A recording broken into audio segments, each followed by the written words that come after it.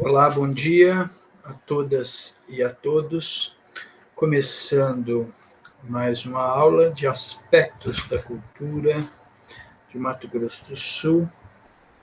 Nesta semana ainda trabalhamos com Stuart Hall, o mesmo livro da semana passada, que é o Da Diáspora e Mediações Culturais, mas nesta semana desenvolveremos o texto sobre a questão multicultural e faremos uma discussão sobre o multiculturalismo e seus aspectos.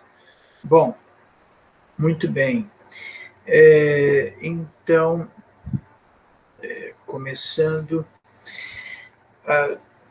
tecendo uma análise inicial sobre a questão do multicultural e do multiculturalismo. Stuart Hall trabalha essas duas diferenciações importantes. Quando falamos em multicultural, estamos pensando que esta questão do multicultural é uma questão talvez insolúvel e talvez nos remeta inicialmente a algo a um moto perpétuo. Bom dia, Renilda. Bom dia. Então, nos conduz a um moto perpétuo. Bom dia, Rafaela. Ou seja, não há o movimento é infinito, é um pouco, como eu diria, bom, o multiculturalismo existiu e sempre existirá. Sempre existiu porque, desde o início da civilização ocidental ou oriental, como queiram, sempre nós tivemos, por exemplo, em Roma, período do Império Romano ou da República Romana. Como Roma cai? Cai a partir da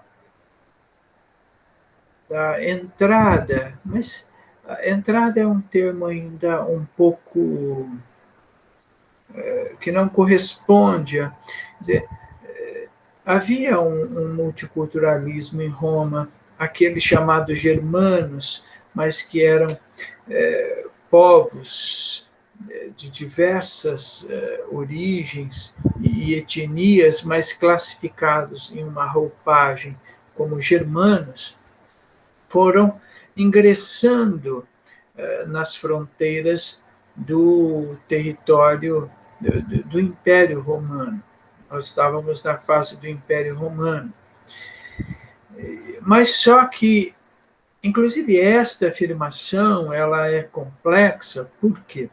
Porque o Império Romano era um vasto império que ocupava toda a orla do mar Mediterrâneo e se estendia ao Oriente, ao Ocidente conhecido, mas também ao Oriente, chegando na África, ao Egito, chegando em regiões realmente hoje conhecidas como a Palestina. Bom dia, Beatriz. Então, o Império Romano já era um império multicultural. E às vezes é redundante você afirmar que os chamados bárbaros, os povos também chamados de germanos, os godos, astrogodos, visigodos, e adentrando ao Império Romano, porque, na verdade, o Império Romano era, como todo império, um império multicultural. Então, este exemplo histórico para mostrar a vocês a complexidade do termo e da terminologia. que não pode ser vista de uma maneira uniforme.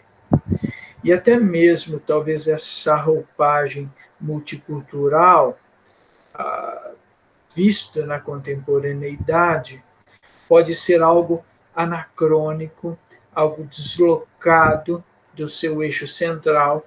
Então, é um pouco isto que Stuart Hall trabalha. E compreendendo um pouco a perspectiva de Hall sobre a nossa discussão da aula passada, relativo ao o pós-colonialismo, onde ele refuta o que de fato é este pós-colonial, quais são as fronteiras entre o colonial e o pós-colonial, e na semana passada eu afirmava que o pós-colonial seria objetivamente um rompimento com o padrão estético, por exemplo, europeu, e que o processo de colonização trouxe alguns problemas, inclusive conceituais. E para além de serem coisas que talvez achamos que não nos dizem respeito, isto possui relação com coisas, por exemplo, como o machismo, ou a nossa falta de percepção sobre a dimensão cultural que nos cerca e que, embora seja uma invenção da nossa sociedade, há também reminiscências de um período colonial fortemente. Então, a resistência, como a cultura africana, os traços da africanidade na cultura brasileira, por exemplo, nos remete ao fato de que incorporamos a resistência das pessoas de cor preta vindo da África. Bom dia, Raia. As pessoas de cor preta vinda da África e aqui feitas escravas e trabalharam na lavoura da cana-de-açúcar, nos engenhos, nos cafezais, enfim. E até mesmo a resistência é um traço cultural, multicultural. Agora, é preciso, por exemplo, como o racismo é um legado do colonialismo, não há como Stuart Hall dizer que não há um aspecto tênue em relação à colonização e à pós-colonização. Não é possível medir. De fato, Stuart Hall tem razão, mas não tem razão, por exemplo, nas discussões exatamente sobre o racismo e o antirracismo, porque, vejam, a colonização só foi possível a partir do racismo, o incremento ao racismo, ou mais, o racismo se tornou uma política de Estado. Esta é a questão. Você não coloniza sem o racismo, porque você só pode justificar a sua intervenção, a sua interferência. Quais são as justificativas, por exemplo? Para o Império Britânico, era um fardo civilizacional, e eles estavam sendo totalmente generosos em levar a religião às terras distantes, àquele mundo selvagem, aquele mundo bárbaro. Ou seja, Guilherme, bom dia. Ou seja, então, estas fronteiras, quer dizer, deverá existir um limite. Não podemos simplesmente dizer, olha, o colonialismo e o pós-colonialismo não dá para definir. Dá sim. E um dos aspectos importantes e fundamentais é o racismo. O racismo, porque quando Colombo chega, quando Hernán Cortés chega à América, quando Francisco Pizarro chega à América, eles chegam no afã da conquista, com um objetivo muito claro. Então, eles precisavam, de alguma forma, subjugar aquele povo. No México, como eu já falei, parece que eu já falei para vocês, Hernán Cortés foi informado por Malinche que estava sendo confundido com o deus Quetzalcoatl e que seria um deus responsável por uma dimensão apocalíptica, ou seja, iria levar o apocalipse no ano 53, no 53º ano do calendário asteca, levaria o fim dos tempos ao povo asteca. E, coincidência ou não, destino ou não, o fato é que existem comprovações de que Hernán Cortés chegou exatamente neste ano, o ano 54 do calendário asteca, o 54º ano. E vejam, isto é usado para a conquista, para subjugar. Para quem entende um pouco de teoria sobre estratégia, militarismo, sabe que em uma batalha, em uma guerra, a questão do moral é muito importante. Então, se os astecas estão em uma guerra contra Deus, que é Hernán Cortés, confundido com Quetzalcoatl, evidentemente que esta é uma guerra perdida. Esta é uma guerra perdida.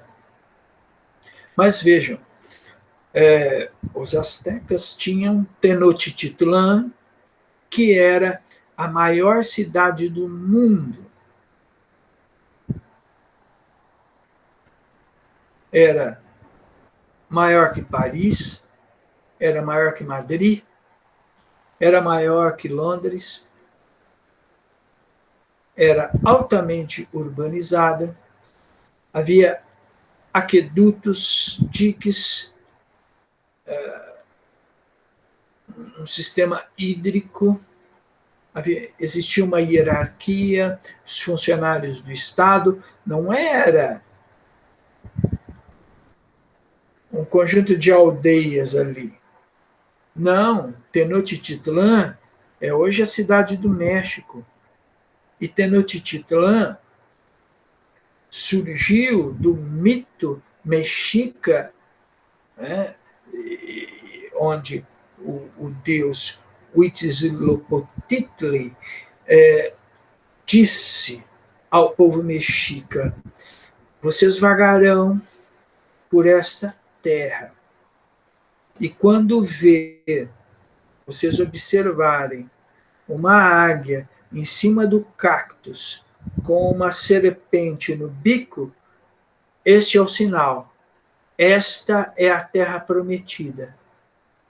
Isso de fato ocorreu, mas era uma região pantanosa. E aí, então, foi necessário drenar aquele pântano e aterrar aquela região. Tanto que Tenochtitlan possui canais. e uma parte é aterrada. Ou seja, a engenharia, técnicas. Não estamos falando de um conjunto de aldeões. Estamos falando de uma civilização altamente sofisticada, mas só que recebeu o rótulo de bárbaro. Somos bárbaros. Qual a incapacidade, segundo Todorov, Tzvetan Todorov, em A Conquista da América, de entender o outro, de respeitar o outro? Qual é a limitação na busca frenética pela conquista, pela riqueza, pelo vil metal? Então, estamos falando destas coisas, quer dizer, Stuart Hall não pode dizer, olha, não há uma dimensão, Yasmin, bom dia, não há uma dimensão, perdão, a colonização, ela não ocorrerá se não houver o preconceito racial, o preconceito étnico, o preconceito. Então, este é uma área,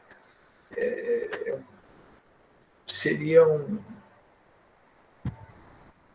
uma terra firme, um chão firme para distinguir o colonial do pós-colonial.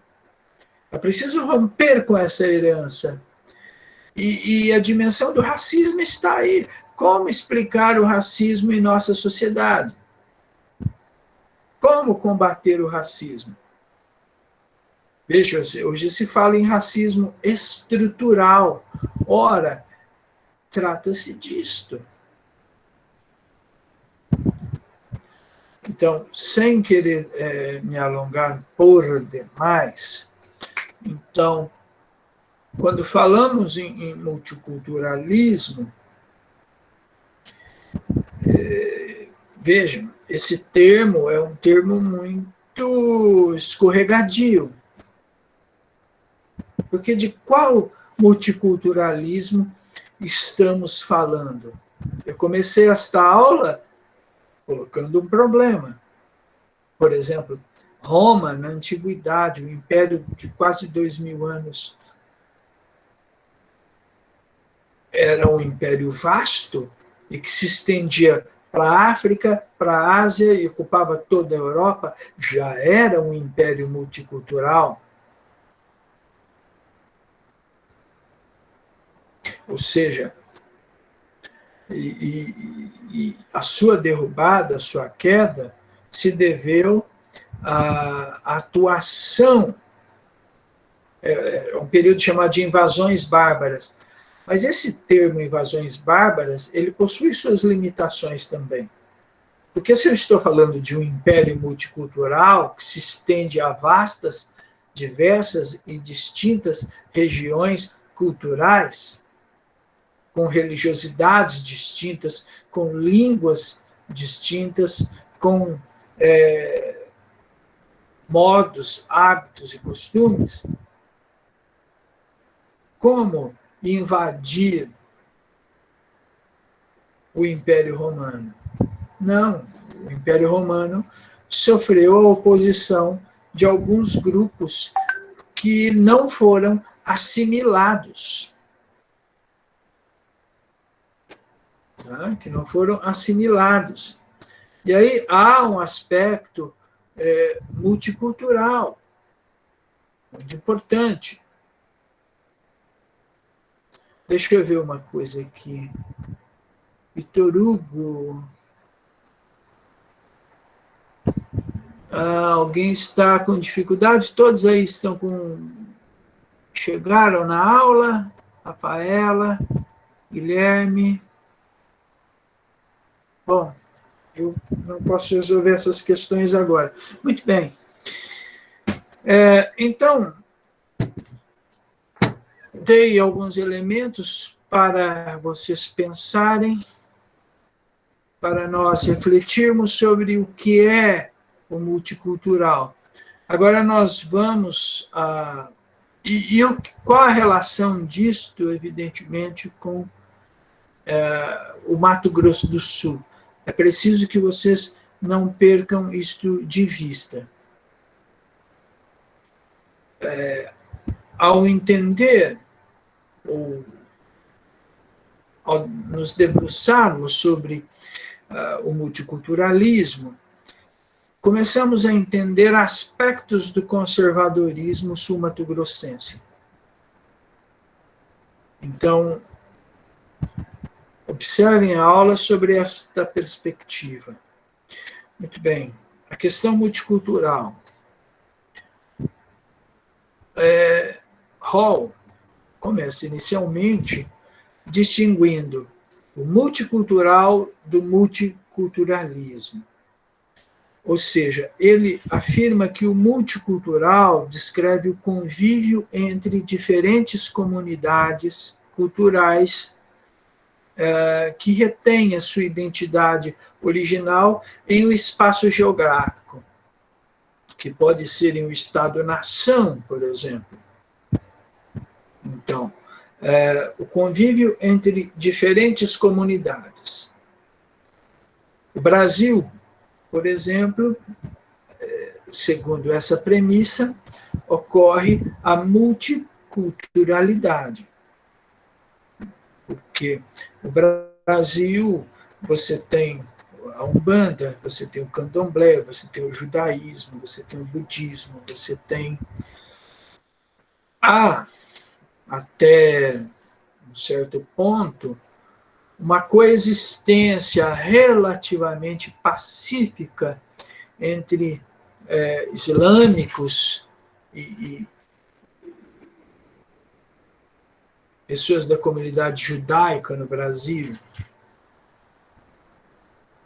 Embora, ultimamente, a tolerância, eu não gosto desse termo tolerância, né, mas a diversidade religiosa, ela tem sido flagrantemente desrespeitada. Mas o multicultural descreve o convívio, então, entre diferentes comunidades culturais, mas que retém algo da sua identidade original. E esse é um ponto do multiculturalismo. Por quê? Porque é muito difícil separar o multicultural do multiculturalismo. Há uma fronteira muito rarefeita também em relação, e eu concordo com o Stuart Hall neste aspecto. Então, e o que é para Stuart Hall o multiculturalismo? Refere-se às políticas e estratégias para administrar problemas ligados à diversidade ou a comunidades multiculturais. Então, o multiculturalismo, ele possui esse aspecto político e estratégico, e que, de alguma forma, administra questões ligadas ao multicultural. Mas prestem atenção ao termo ismo, porque este termo ismo, ele sempre se refere, ou ele nos faz pensar em uma banalização do termo. Multiculturalismo poderia ser uma banalização do termo multicultural. Ou seja, é um substrato do multicultural. É algo que é uma versão mal acabada. É o que nos indica sempre esse termo ismo. Mas aqui, no caso, se fala de políticas, estratégias para administrar alguns problemas ligados à diversidade. Eu achei um pouco estranho essa afirmação de que o multiculturalismo vem a ser isso, mas ele explica. Muito bem. Ele vai, então, citar diversas vertentes do multiculturalismo. Ele vai falar sobre o multiculturalismo conservador, que é a assimilação das diferenças às tradições e costumes da maioria, ou seja, então, há um multiculturalismo, mas dentro de um aspecto conservador. Maria Eduarda, bom dia. É um aspecto conservador. Então, é um multiculturalismo conservador, ou seja, assimilação das diferenças às tradições. É quando a diferença ela acaba sendo incorporada a esta sociedade, mas ela ganha um traço hegemônico, o que é compreensível. Por exemplo, em Coxim, no interior que eu conheço, eu morei lá, existe isso, quer dizer, há o Centro de Tradições Nordestinas e também há o Centro de Tradições Gaúchas. E tanto os nordestinos quanto os gaúchos se veem completamente integrados a essa sociedade. E, evidentemente, eles assumem postos e posturas hegemônicas na cidade, ao ponto de caminharem para a constituição de uma tradição. E o mais interessante é que estes mesmos grupos incorporam aqueles outros que não são nordestinos, que não são gaúchos, como estrangeiros, como não assimilados à coxinidade, ao jeito de ser e sentir, ou seja, a tradição seria isso, a coxinidade. Percebem? Então, é disso que está falando. Quer dizer, o multiculturalismo conservador, ou seja, a manutenção das tradições. Mas pelo estrangeiro, que foi integrado àquela sociedade. Então, é um aspecto muito interessante. O multiculturalismo liberal, por exemplo, a integração de diferentes grupos culturais ao mainstream, ou seja, exatamente disso que os gaúchos e nordestinos são integrados a esta sociedade. Mas aqui nós estamos falando de um aspecto liberal, por exemplo, grupos econômicos, de uma atividade econômica. Por exemplo, surgiu uma coisa interessante, eu acho ridículo, mas, enfim, é um fenômeno social.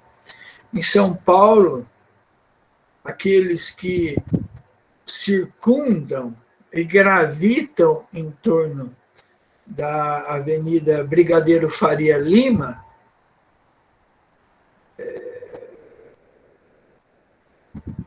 se reconhecem geograficamente e culturalmente inseridos em um modo de ser, agir, pensar, vestir. Mas geograficamente situado na Avenida Brigadeiro Faria Lima. Então, eles se autorrotularam Faria Limers. Faria Limers. Tá? Coisa ridícula, né? Faria Limers. Ou seja, existe uma cultura ligada àqueles que frequentam, que estão neste novo locus sagrado, que é a Avenida Faria Lima, que é um dos centros econômicos de São Paulo. Aqui nós temos a questão do multiculturalismo liberal, seria um exemplo disto. Né? Há também o multiculturalismo comercial, por exemplo, corporativo. Corporativo é administrar as diferenças culturais da minoria, visando interesses do centro. Ou seja, administrar as diferenças culturais da minoria, visando os interesses do centro. Então, os liberais, mas o multiculturalismo, ele sofre acusações de vários lados. Os liberais acusam o multiculturalismo de culto da etnicidade, o que ameaça a uma dimensão universal, o universalismo. Ou seja, o multiculturalismo, ele preserva as raízes históricas, as raízes culturais, e é isto que nós estamos falando de multiculturalismo liberal, conservador, corporativo, ou seja, aquela cultura, a cultura, ela se mantém. Claro, ela sofre assume novos significados, há uma ressignificação, há uma mudança, né? Mas, em essência, ela se mantém. Então, há uma acusação dos liberais de que há um conservadorismo no multiculturalismo, que é uma convivência entre culturas distintas que coexistem e que, de algum momento, se convergem, há uma convergência. No entanto, a preservação da cultura, o aspecto da originalidade, atenta contra uma dimensão lato sensu, ou seja, uma dimensão universal, um certo universalismo. Tá? E ao legitimar a ideia dos direitos dos grupos, isto ameaçaria a diversidade. Então, os liberais também acusam, os progressistas acusam o multiculturalismo exatamente disto, quer dizer, o direito dos grupos que têm de preservação de sua cultura. Isto ameaçaria a diversidade. E os modernizadores? Os modernizadores acusam o multiculturalismo de romper a transição entre o tradicionalismo, do tradicional para o moderno. Essa transição, que ela é iluminista, que vem do Renascimento, o compromisso do rompimento com o mundo medieval, o rompimento com o mundo rural, o estabelecimento da modernidade, das dimensões, das facetas modernas, da vida moderna. Esta transição, o multiculturalismo representaria uma resistência a isto, a esta transição do tradicionalismo para a modernidade. Essa é uma acusação dos modernizadores. Dos modernizadores que fazem uma crítica ao multiculturalismo. Muito bem. As condições de emergência.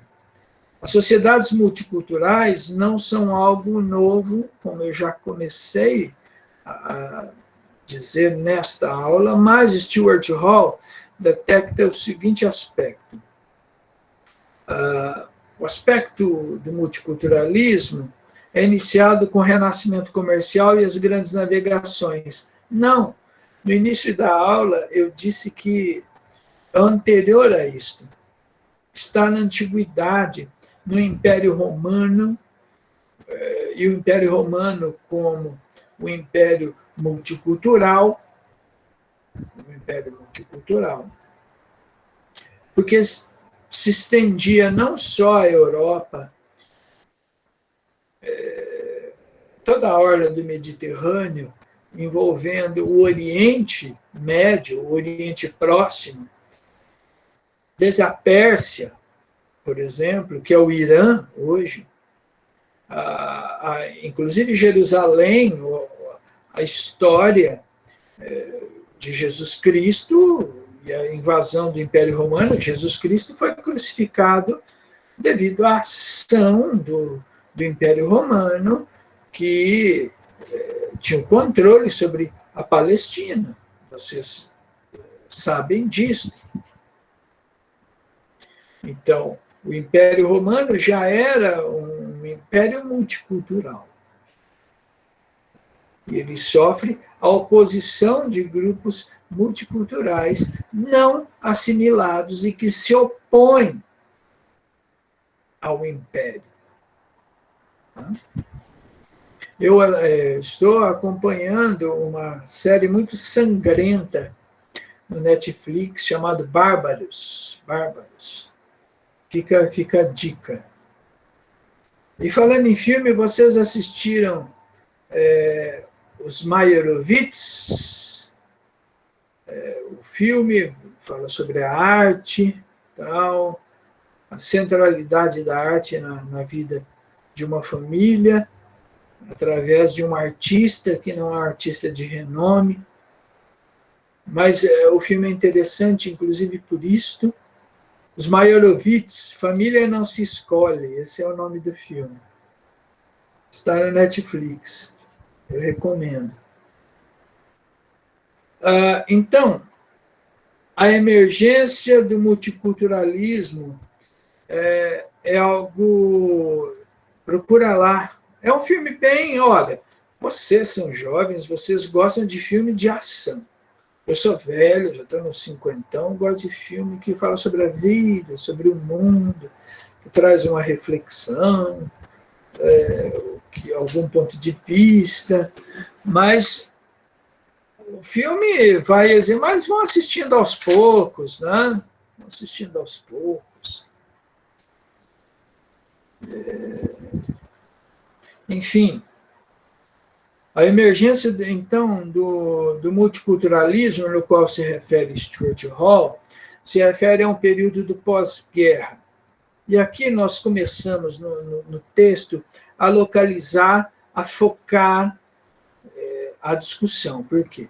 Porque Stuart Hall está falando de multiculturalismo. Tá, eu comecei essa aula dizendo, mas, Katso, vamos falar do Império Romano, por exemplo, que era o Império Multicultural, e esse termo, pensando do ponto de vista do multiculturalismo, esse termo de as invasões bárbaras, é um termo estranho, porque eu prefiro dizer que eram povos não assimilados e que se opuseram ao Império e que se articularam militarmente para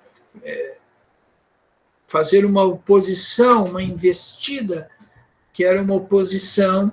Isso, de fato, debilitou o Império Romano Ocidental, que cai definitivamente em 476, se eu não estiver enganado, depois de Cristo. Mas só que o Império Romano Oriental ele persiste até 1453, que é chamado de Império Bizantino, ou Bizâncio. Ele é tomado pelos turcos otomanos, que é a queda de Constantinopla em 1453. Muito bem. Então, Stuart Hall está falando, vamos falar do multiculturalismo no pós-Segunda Guerra. Muito bem. Então, ótimo, porque se formos pensar no pós-guerra, podemos pensar o multiculturalismo a partir de algumas perspectivas. Por exemplo, no pós-guerra, era um período de descolonização, tanto na África quanto na Ásia, porque não havia mais clima para a manutenção da opressão colonial, por exemplo, que a França exercia sobre a Argélia, que o Império Britânico exercia sobre a Índia e sobre a China. Então, que Portugal exercia sobre Moçambique e Angola, na África. Por quê? Porque a Segunda Guerra Mundial, evidentemente, que ela teve um caráter, que foi o combate ao fascismo, ao nazismo, à extrema-direita. Não foi uma guerra convencional do ponto de vista de nações que declaram guerra. Mas foi uma guerra que teve alguns elementos, alguns aditivos, dentre eles um regime como o nazifascista, que representava uma ameaça não só ao socialismo, mas, sobretudo, às comunidades liberais ocidentais e sobretudo, democráticas. Embora a democracia seja passível de críticas, claro, estamos falando da democracia burguesa, enfim, mas, enfim, quer dizer, o nazismo representava uma ameaça aos países liberais e democráticos, representava uma ameaça ao mundo socialista, e apontava no horizonte um regime totalitarista, xenófobo, e o racismo está presente na ascensão do fascismo e do nazismo, do nazifascismo. Então, no pós-vencido o nazifascismo, é preciso, evidentemente, pensar de um ponto de vista diverso, pensar a diversidade. E aí, evidentemente, que temos uma dimensão multicultural, mas visto do ponto de vista democrático. Agora, é interessante, Stuart Hall coloca também que, evidentemente, o fim do colonialismo, do neocolonialismo, a descolonização afro-asiática faz com que Angola, Moçambique, colonização portuguesa, faz com que a China e a Índia, colonização britânica, por exemplo, acabem imersos em guerras civis, em lutas pelo poder dentro da... que foi a guerra civil em Angola, que foi a guerra civil em Moçambique, sobretudo no momento que foi na China com a Revolução Chinesa, e que só não foi na Índia porque o Império Britânico resolveu dividir aquele território entre Índia e Paquistão.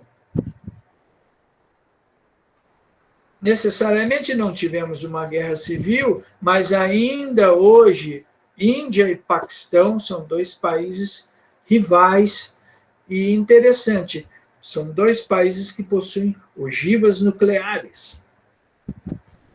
São países atômicos, para vocês terem uma ideia. Então, o conflito entre Índia e Paquistão é um conflito nuclear. Percebam. Voltando, então, ocorrem guerras civis. Ocorrem guerras civis dentro dos Estados-nação. Stuart Hall afirma isso. E há um outro aspecto também, uma outra dimensão apontada por Stuart Hall, que é o surgimento, a partir dos anos 80, do neoliberalismo e o avanço da globalização. E aí nós teremos uma ascensão do multiculturalismo, que aí ganha uma força, uma grande força, sobretudo no contexto da globalização. Então, adiantei esse aspecto que Hall menciona, agora eu vou na leitura, ponto a ponto. Tá? Então, a emergência do multiculturalismo no pós-guerra se dá a queda do nazismo e a descolonização. Foram 2 aspectos que eu acabei de mencionar. Se vocês prestaram atenção na aula, acho que sim. Então, a partir disto, Stuart Hall explora as relações entre o multicultural e o pós-colonial. Os problemas do colonialismo, segundo Hall, não foram resolvidos. Ou seja, há uma descolonização, mas ele afirma que este termo descolonização é um termo que não podemos considerar muito. Por quê? Porque os problemas gerados pelo colonialismo não foram dissolvidos.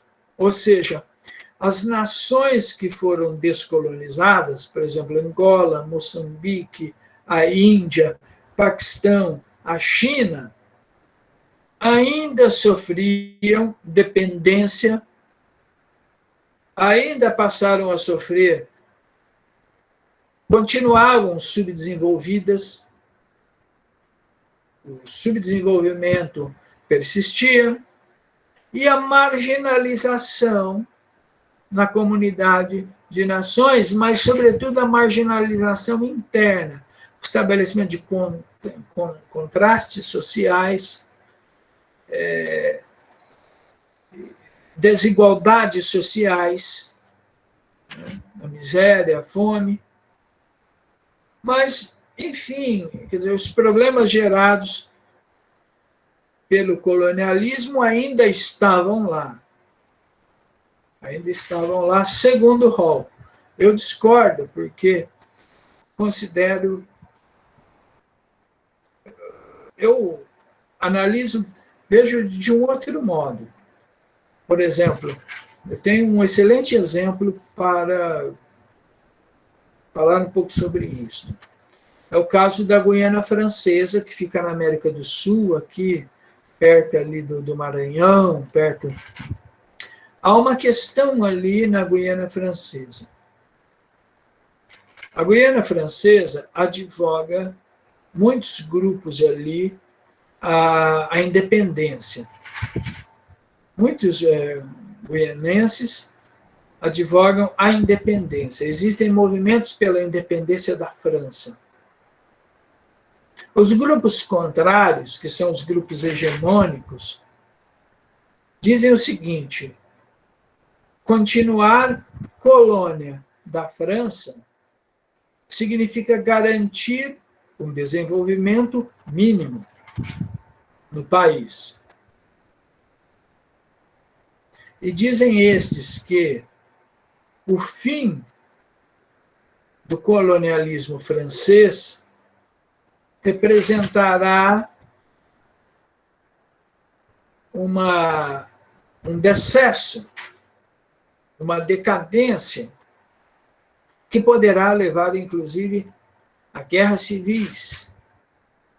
Então, para os grupos hegemônicos guianenses, eles preferem continuar colônia da França, porque isto garante a eles um status, isto garante a eles a cidadania francesa, a possibilidade de ir à metrópole, a necessidade de ter deputados no parlamento, ou seja, o movimento nacional guianense, ele não é forte. Então, percebem? Não é uma questão tão simples, os processos de independência. E é disso que nós estamos falando. Evidentemente que os problemas persistem. A dependência, o subdesenvolvimento, a marginalização ocorrerão no processo de descolonização. Contudo, isto não indica que ocorrerá um processo de descolonização onde, após o pós-colonialismo, pode representar uma nova etapa do processo de descolonização. Pode ocorrer um primeiro momento, que é um momento exatamente de guerras civis, de luta, de tese, antítese, de convulsão daquela sociedade para ver quais os grupos se mantêm no poder. Haverá um momento, talvez, de estabilidade, e haverá um momento onde ocorrerá um questionamento da cultura hegemônica ainda herdada. Então, eu acho que o problema de Stuart Hall é que ele não vê o processo. Mas, enfim,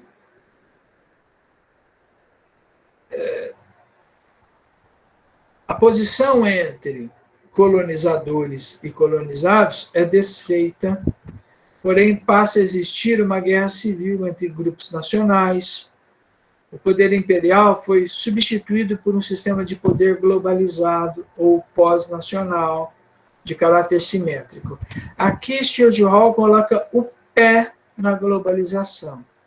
Ele irá dizer que a descolonização, o processo de descolonização se encontrou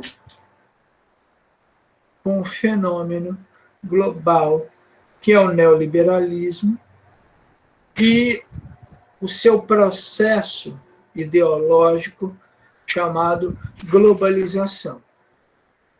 Porque a globalização é um momento de transnacionalidade, ou seja, é um momento que não é mais o predomínio do Estado-nação, a reafirmação dos nacionalismos, muito pelo contrário, é um momento de dissolução da cultura nacional, sobretudo da cultura popular, sobretudo a dilapidação do folclore, ou seja, a transição do mundo rural para o mundo urbano, para o locus urbano, faz com que se estabeleçam cadeias mundiais. E há um processo, então, de mundialização, de interconexão com o mundo. Ou seja, então, a urbanização, o processo de urbanização, nos levará ao processo de mundialização. E, vejam, o processo de descolonização seria, em tese, a afirmação do nacionalismo e da identidade nacional. Ou seja, estaríamos voltando à origem para descolonizarmos as mentes, para descolonizarmos a economia, para descolonizarmos a política, para descolonizarmos a sociedade. No entanto, isto colide com o processo de globalização, que é o processo de transnacionalidade, ou seja, é o fim das fronteiras, é o multiculturalismo exatamente. O multiculturalismo exatamente. É disto que se trata, é disto que estamos falando. Ou seja,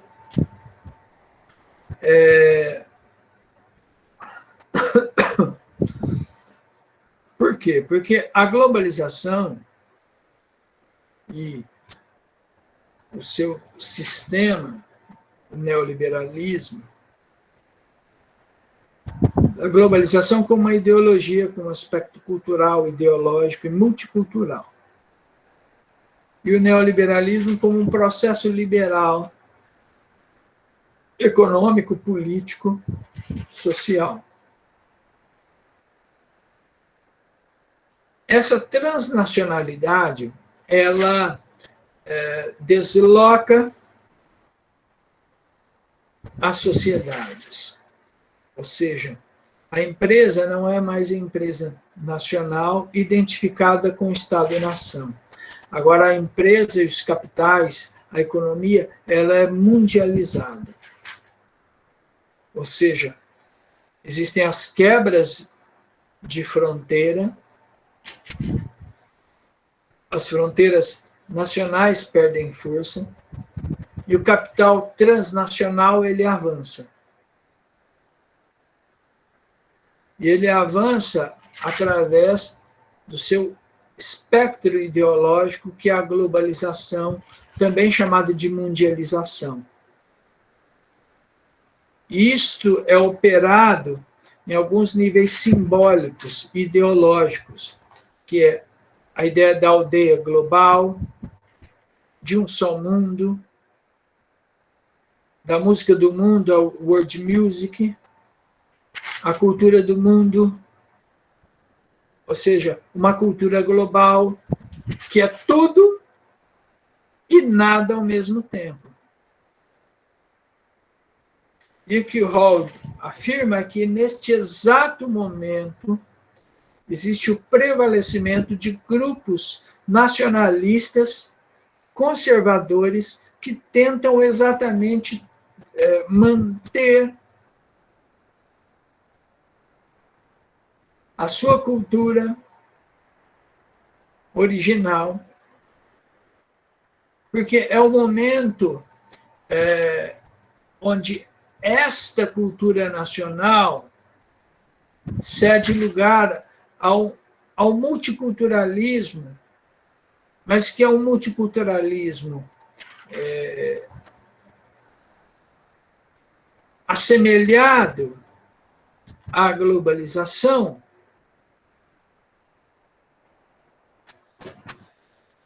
existe um processo de fusão e um encontro de diversas culturas. Antes, havia o Estado-nação e a cultura nacional residia naquele espaço geográfico, naquele território. Hoje, o que ocorre, inclusive, é uma transnacionalização da cultura. Então, o que ocorre? Ocorre o multiculturalismo, que seria interessante porque haveria uma diversidade e pensaríamos, é o fim dos preconceitos, é uma sociedade multicultural, chegamos a Babel, Chegamos a Babel, ou seja, é uma cultura do mundo, quebraram as fronteiras. Existem os mercados comuns, existe o Mercosul, existe o euro, a zona do euro. É o euro. A zona do euro, é o Mercosul. Ou seja, as fronteiras são tênues. Nós podemos passar, eu posso ir na Argentina com um RG, eu posso ir no Uruguai com um RG, não preciso mais pedir vista. Assim ocorre com a circulação de mercadorias, de serviços, de informações. Ou seja, eu tenho acesso às diferentes culturas.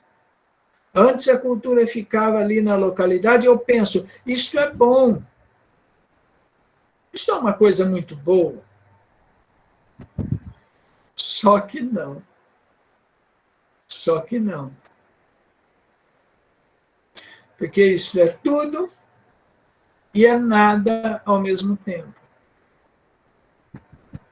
Ocorre uma perda de identidade. Porque lembra quando eu falei que lá em Canclini, quando a cultura popular, quando o Brasil é rural, a cultura popular, ela está assimilada ao interior do Brasil, ao grotão, aos recônditos da brasilidade, ou seja, ao interior.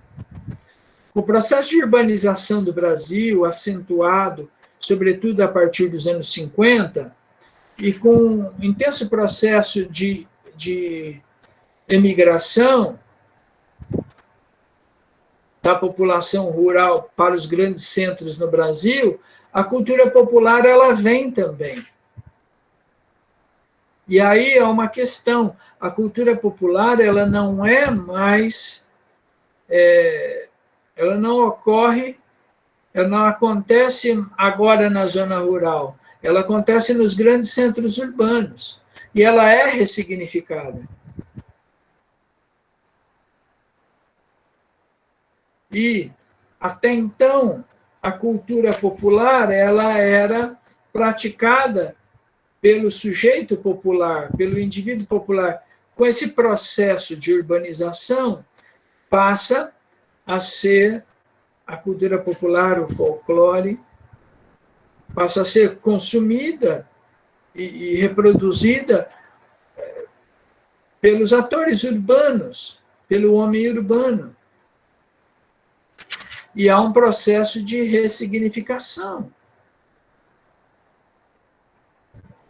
Ou seja, existe uma apropriação cultural, há uma mudança. Então, a globalização é um processo parecido.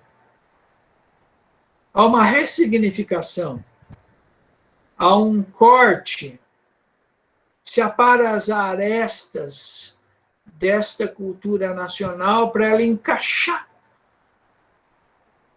Molda, corte, recorta essa cultura nacional, ao ponto dela encaixar e ser o quê? Ser comestível. Então você pega essa cultura nacional e a pasteuriza. Coloca ela na linha de produção, na esteira. Corta, recorta, lixa, molda, e encaixa em algo que é uma cultura do mundo, que é uma coisa nova, percebe? Não é aquilo que está lá. Daí a questão do Mato Grosso do Sul, o conservadorismo, inclusive. Porque as sociedades, elas existem. Elas existem.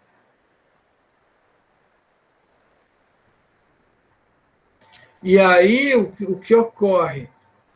Dentro dos países, começa a surgir a extrema-direita. Por que começa a surgir a extrema-direita?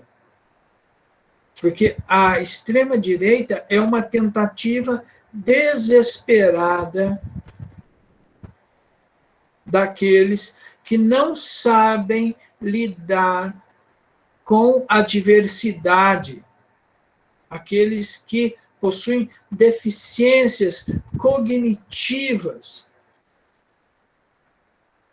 aquelas pessoas afeitas ao seu ambiente, ao seu habitat, e que resistem à mudança, porque admitir isto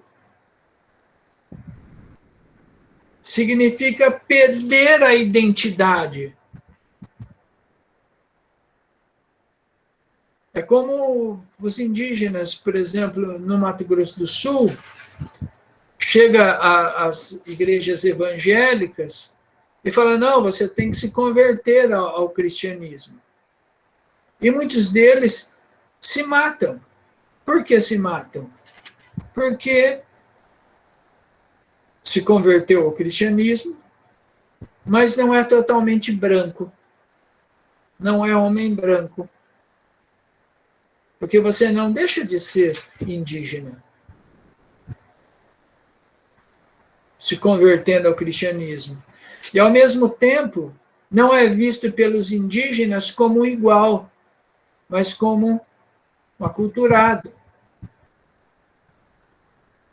Ou seja, essa pessoa perdeu a sua identidade, perdeu o seu eixo gravitacional.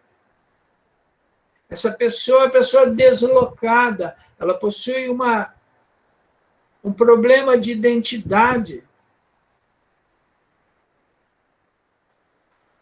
E isso é uma forma de liquidar com as pessoas. Então, a extrema-direita é o quê? A extrema-direita e o conservadorismo é a resistência a essas mudanças.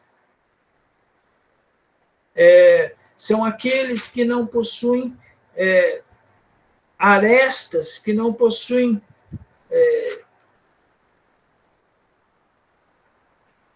condições emocionais, psicológicas. São pessoas que não estudaram, ou são pessoas que estudaram, mas que possuem uma... Então, elas existem de forma branda ou de forma agressiva. E essa é a extrema-direita. Ou seja, ela não lida, ela é incapaz de lidar com o mundo diverso, com a diversidade, com o diferente.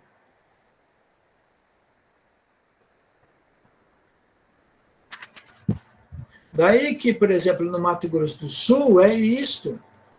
Você tem que subjugar os indígenas, você tem que convertê-los, ou você tem que passar fogo neles. Porque o território deles pode ser o território, se conquistado, poderá ser uma grande região onde vai no lugar, ter soja.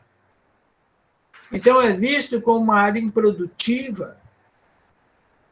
Então, a conquista da América lá do Hernán Cortés, do século XVII, é um processo inacabado hoje no Mato Grosso do Sul. Existem vários Hernán Cortés, vários Franciscos Pizarro, vários Colombos, vários José de Anchieta,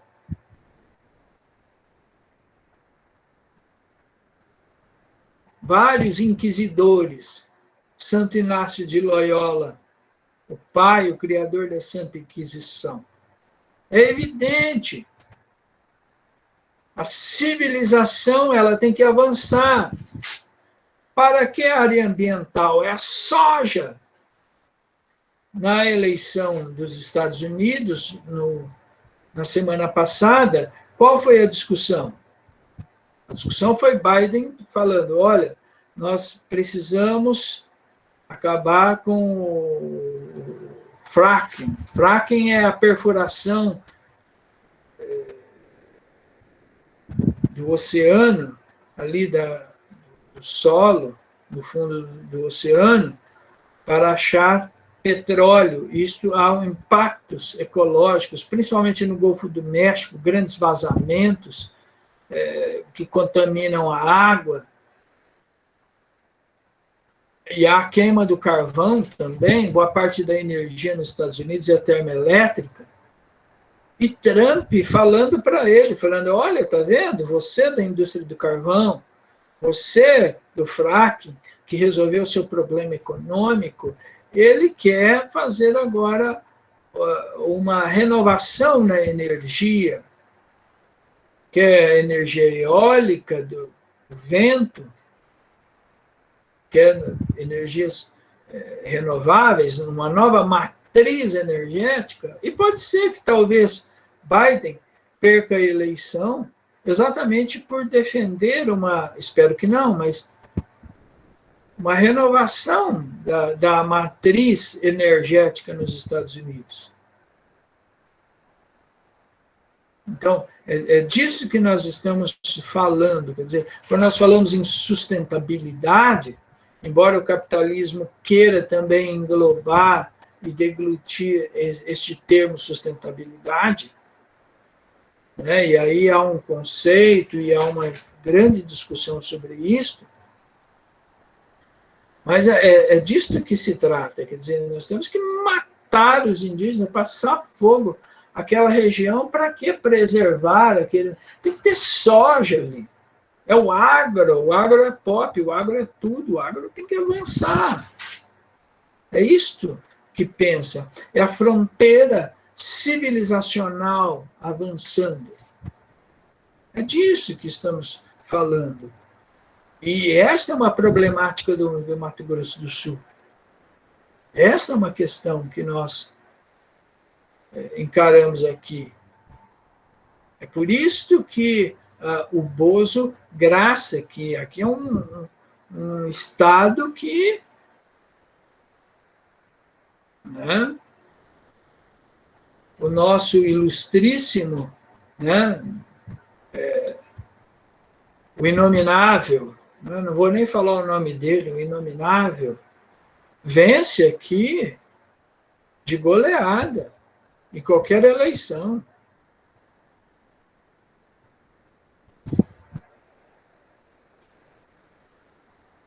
Então, nós temos alguns momentos aí. Alguma pergunta, alguma observação, alguma. Eu fico falando aqui mais do que o bicho da goiaba. Vocês ficam aí do lado só. Eu nem sei se estão aí também. Às vezes estão lá longe, né? E só deixaram aí a imagem, as coisas. Na verdade, sim ou não? Aí, ó, ninguém me responde. Isso daí, ó. Ah, está aí. Professor. Tudo bem. Professor. Diga-me. Eu me perdi aqui nas minhas anotações. Você foi falando, eu esqueci de anotar. Você tinha comentado da diferença de multicultural e multiculturalismo. Sim. Você pode só repetir essa parte para mim, por favor? Posso. Inclusive, ó, é importante por isso essa paradinha, porque para eu perguntar, porque se vocês não entenderam uma parte, bom, multicultural se refere a um conjunto de pessoas de distintas origens, distintas nacionalidades, de distintas culturas que coexistem em um espaço geográfico, em uma comunidade ou em uma nação. Isso é, por exemplo, sociedades multiculturais. O multicultural já ganha um outro aspecto, mas que está intimamente ligado ao multicultural. Mas seria, em tese, a gestão do multicultural, que é a política e a estratégia voltada a, por exemplo, a seguinte percepção de como essa comunidade multicultural se movimenta em uma determinada sociedade. Então, ele vai falar que o multiculturalismo é uma política e uma estratégia que tem como foco, evidentemente, esta comunidade multicultural. Mas esta comunidade multicultural está em um espaço geográfico. E exatamente por isto,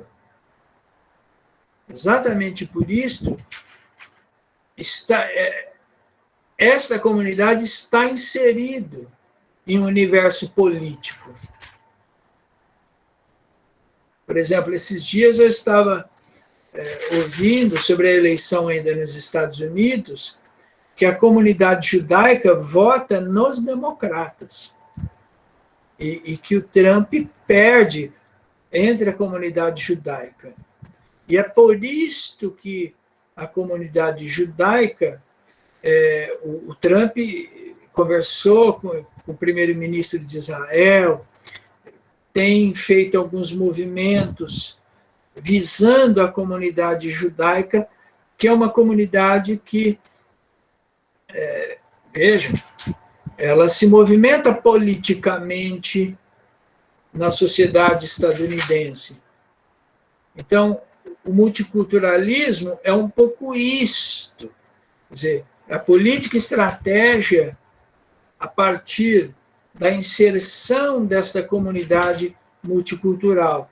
E aí ele vai citar alguns aspectos. O multiculturalismo conservador, por exemplo, que é um grupo que, embora seja uma comunidade multicultural, ela se porta de uma forma conservadora e hegemônica, ao ponto de repelir outros grupos multiculturais. Há uma manutenção, uma preservação daquela cultura originária.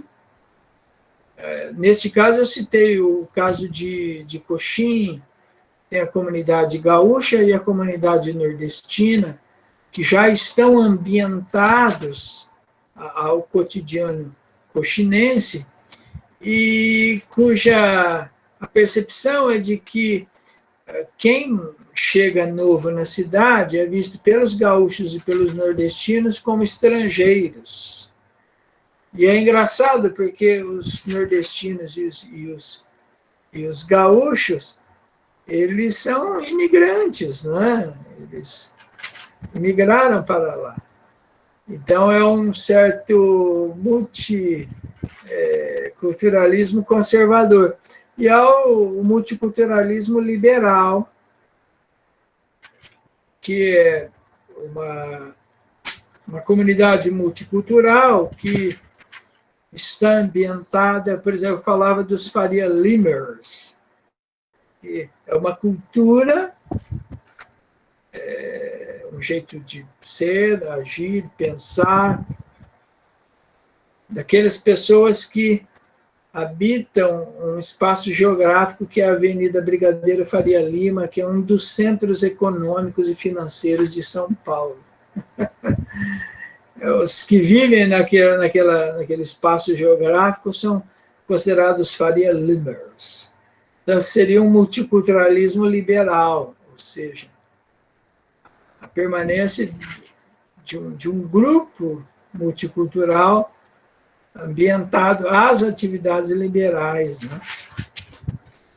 Então, e que se movimenta também politicamente, né, como um grupo, que pode ser um grupo político, ou ganha uma dimensão estratégica, enfim. Então, é um pouco isso, essa distinção entre o multiculturalismo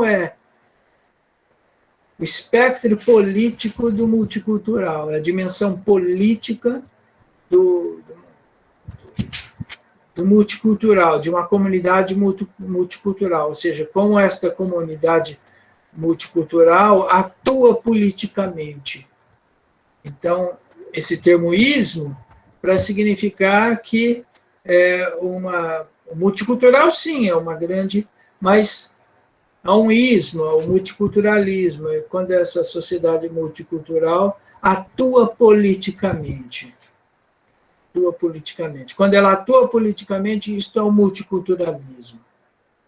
Bom, ao multiculturalismo comercial, ao multiculturalismo corporativo, que é uma comunidade multicultural que se coloca como um corpo, como uma corporação, e que dentro daquela sociedade define alguns valores, alguns status. Isso é visto pelos modernizadores como algo terrível, porque seria uma volta a um grupo judaico, por exemplo, que atua politicamente em uma sociedade laica, onde há separação entre Estado e religião. Isso para os modernizadores, para alguns liberais, sobretudo os democráticos, é problemático, porque a fusão entre política e religião poderá nos levar de volta a um Estado teocrático.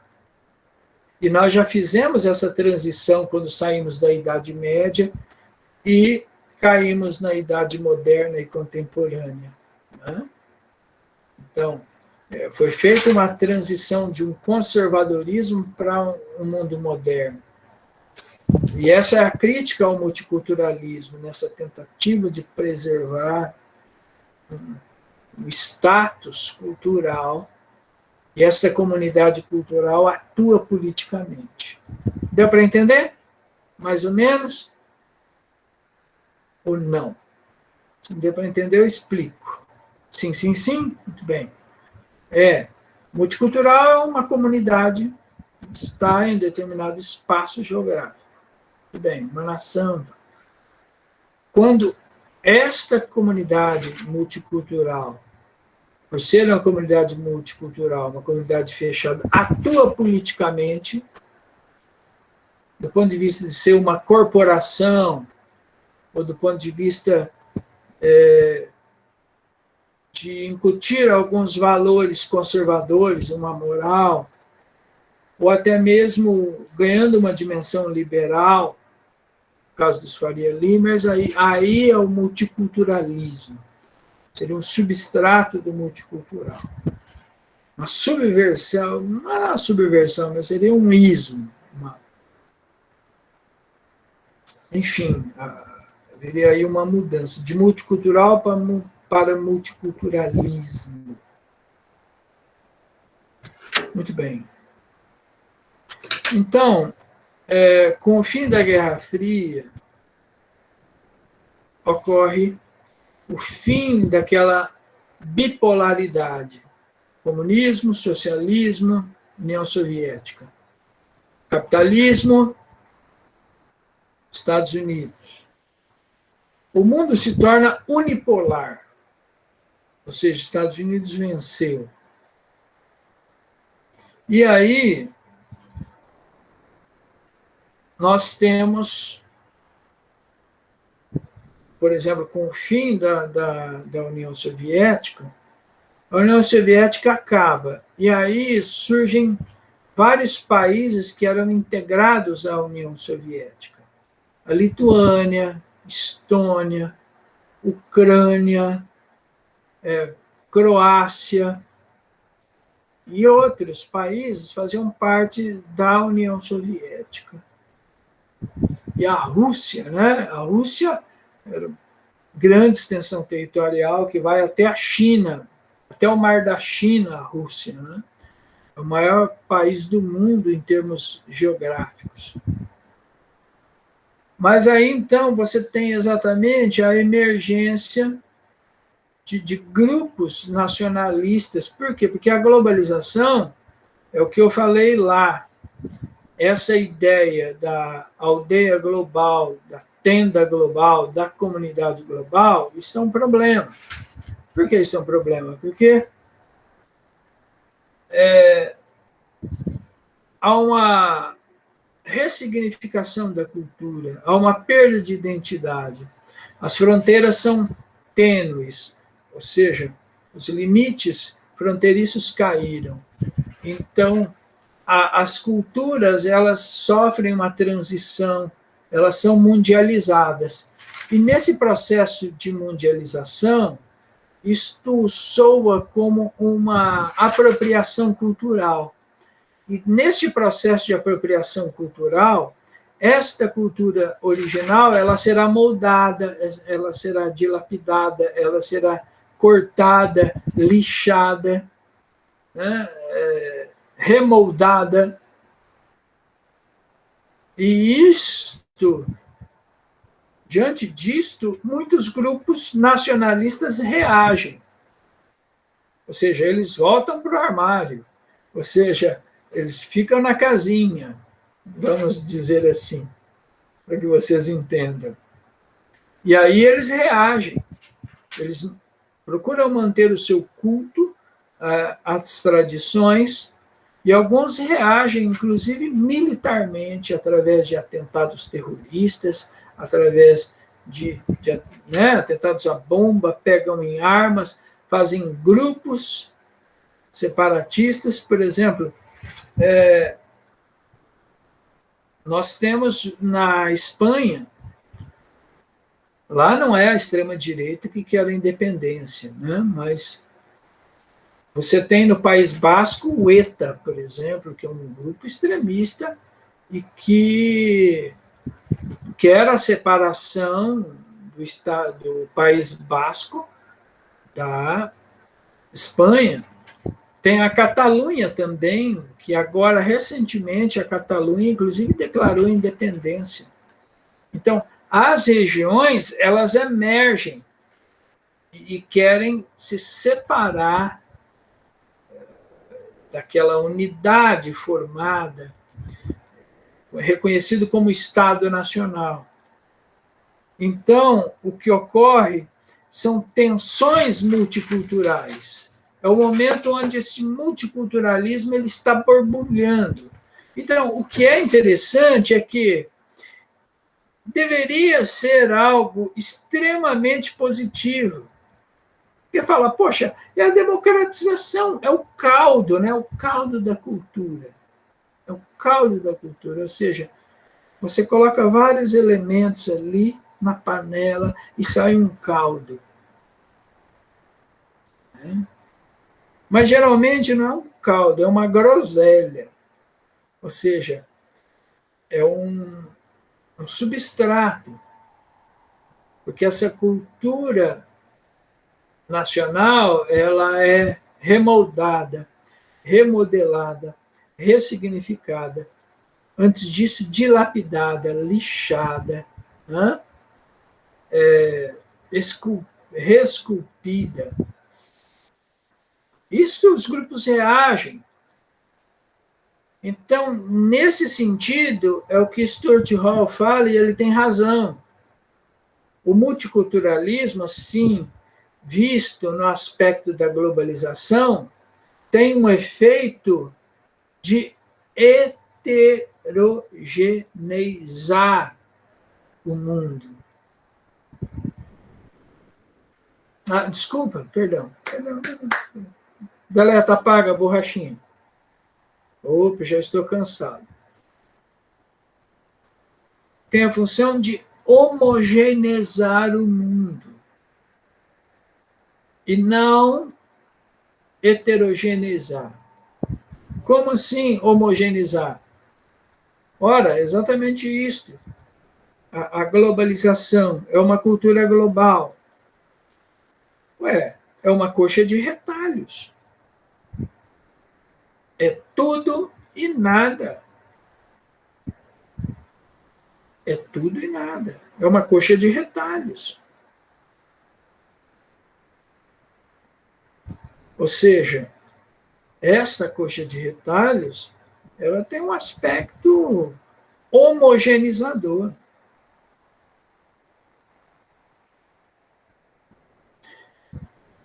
É heterogêneo, mas É preciso ver esse heterogêneo, o aspecto limitador e limitante. Que é interessante a globalização. A globalização, você fala, poxa, é interessante porque fala, pô, a quebra de fronteiras, né? A circulação livre de informações, é a internet, é a fibra ótica. Você tem acesso a diversas culturas. Eu posso ir na Argentina, no Uruguai com RG. Uma vez na Europa, você pode circular livremente. Há uma só moeda, o euro, que é a moeda da zona do euro. São distintas culturas. É exatamente esta tensão da zona do euro. É esta tentativa de homogeneizar uma região que é o problema. Por quê? Porque as nações e as regiões são feitas de singularidades, de particularidades. Porque é uma história que uma comunidade local compartilha. O outro que está longe não sabe. Me olha até com certo preconceito, mas não sabe. Então, eu estou muito mais ambientado, as pessoas da minha comunidade, nós partilhamos uma mesma história, nós partilhamos o mesmo cotidiano, nós vivenciamos os mesmos problemas. Então, quando vem a zona do euro, por exemplo, ele fala, é a zona do euro. E vem um rolo compressor, homogeneizador, passando por cima das diferenças e das particularidades e dizendo, não, aqui nós temos que agir ao protocolo, onde todos devem seguir.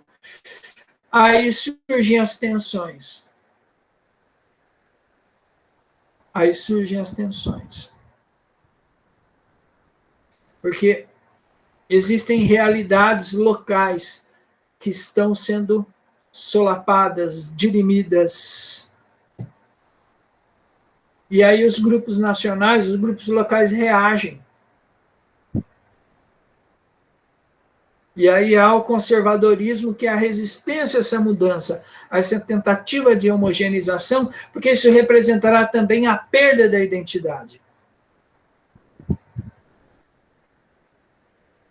Vocês entendem? Acho que agora ficou claro. Então, pensem isto do ponto de vista do Mato Grosso do Sul. Porque o Mato Grosso do Sul é conservador, porque o Mato Grosso do Sul vota no inominável. Porque o Mato Grosso do Sul é voltado às tradições. E o Mato Grosso do Sul é interessante, porque São Paulo já era.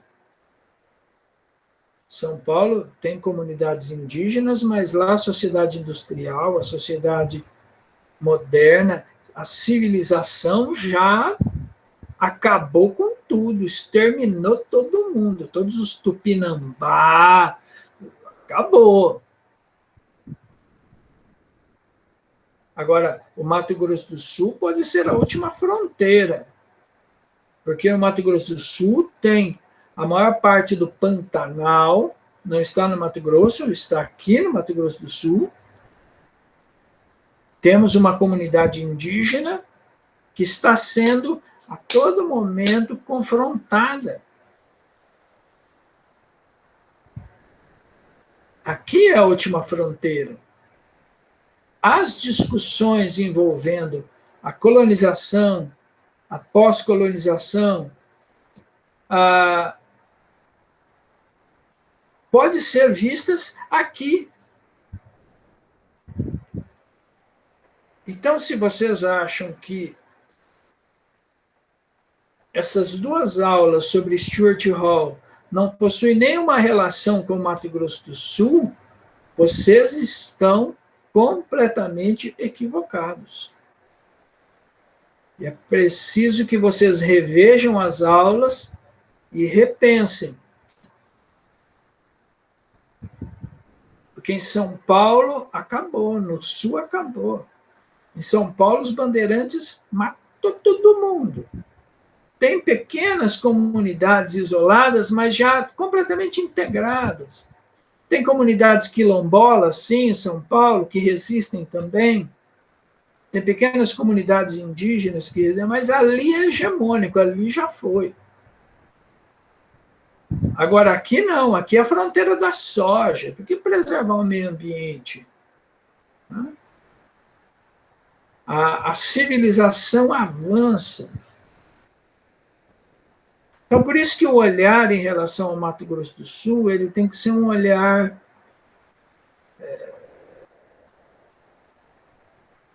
nesta linha da aula de hoje, do colonial, do pós-colonial. Como eu disse, nós temos vários Hernán Cortés aqui, Francisco Pizarro, conquistadores do Império Azteca e do Império Inca. Nós temos aqui no Mato Grosso do Sul vários colombos, vários Santo Inácio Loyola, que criou a Santa Inquisição. E a todo momento, notícia de que pistoleiros mataram os líderes indígenas e a polícia foi para desapropriar, para... Vocês pensem exatamente nisto que nós estamos tratando nesta aula. Tá bom? Alguma dúvida? É agora, estamos aí quase 1h40 da nossa aula. Guilherme, tranquilo? Ótimo, então, acho que fui bem compreendido por vocês. Caso surja outra indagação, vocês sabem, é e-mail. Eu estou encontrando, viu, todos que estão aqui, deixa eu nominá-los aqui, Guilherme, Maria Eduarda, Rafaela, Renilda e Raia, nós estamos encontrando o seguinte problema. Algumas aulas, ontem um aluno, acho que do bacharelado, ele me deu uma dica de como deixar as nossas aulas acessível a todos. Mas só que algumas aulas, eu não sei porquê, mudaram de propriedade. Eu entrei em contato com uma aluna que a minha aula, aí eu entrei nos dados lá, consta ela como a proprietária da aula, do vídeo, aula que está no Drive Google. É como a Renilda. Aconteceu isso ontem, aí eu fui lá, a aluna... Então, pois é uma coisa muito... Eu não entendo. Estou entendendo ainda. O que aconteceu com a Renilda ontem? Estava lá com a aluna, com a Juliana Ribas, e a Juliana falando, professor, eu não autoriza ali para eu assistir a vossa aula. E eu falei, olha, seu e-mail não está chegando para eu autorizar. E aí ela enviou várias vezes, eu fui lá, peguei os dados sobre o vídeo no Drive Google, aí está lá a própria Renilda Rodrigues. Eu falei, mas como? Por isso que eu eu acho que o e-mail da Juliana, Renilda pode confirmar isso, ia para a Renilda, quando ela pedia autorização. Porque ali no Drive constava a Renilda como a proprietária daquele vídeo. Sim, isso ocorria, mas eu não entendia por que chegava aqueles e-mails, então eu não respondia. Eu falei assim, eu acho que tem alguma coisa errada. Tá vendo? Eu peço a vocês o seguinte, que se chegar algum e-mail de algum aluno pedindo permissão para acessar a aula, é porque esta aula ela mudou o proprietário, eu não sei porquê, né? Aí que fez Renilda? A Renilda entrou, né? Parece que no Drive Google, ela entrou e ela fez uma edição, uma mudança, e ali a aula voltou a ser a minha propriedade, esse termo que eles usam, proprietário, né? Voltou à minha propriedade, e aí a Juliana enviou um outro e-mail, eu pude liberar. Né? Eu liberei e ela conseguiu ver. Tá? Eu não sei se vai acontecer isso com a aula de hoje. Eu espero que não. E eu não entendo porque também no Drive Google a aula muda de proprietário. Né? Esse é o termo que o Drive Google usa, proprietário. E quando muda a propriedade, eu não consigo, eu não recebo os e-mails. Então, vamos fazer o seguinte, se algum de vocês receberem um e-mail do colega, seja do bacharelado, seja da licenciatura, vocês me avisam, vão lá no Drive Google e tentam alterar o status, mas antes disso, dê a permissão ali para os alunos, para o colega ver a aula, tá bom? Então, dito isto, acho que posso encerrar. Dei um presente aqui para vocês provarem que estiveram. E eu vou encerrando esta aula, então. Um grande abraço a vocês. Tudo de bom. Bom? Mantenham a quarentena. Os números continuam altíssimos. Tá? E aí procurem enfrentar a quarentena da melhor maneira possível e mantenham a quarentena até quando for possível. Tá bom? Um grande abraço a vocês, beijão e até mais. Tchau, tchau, até mais.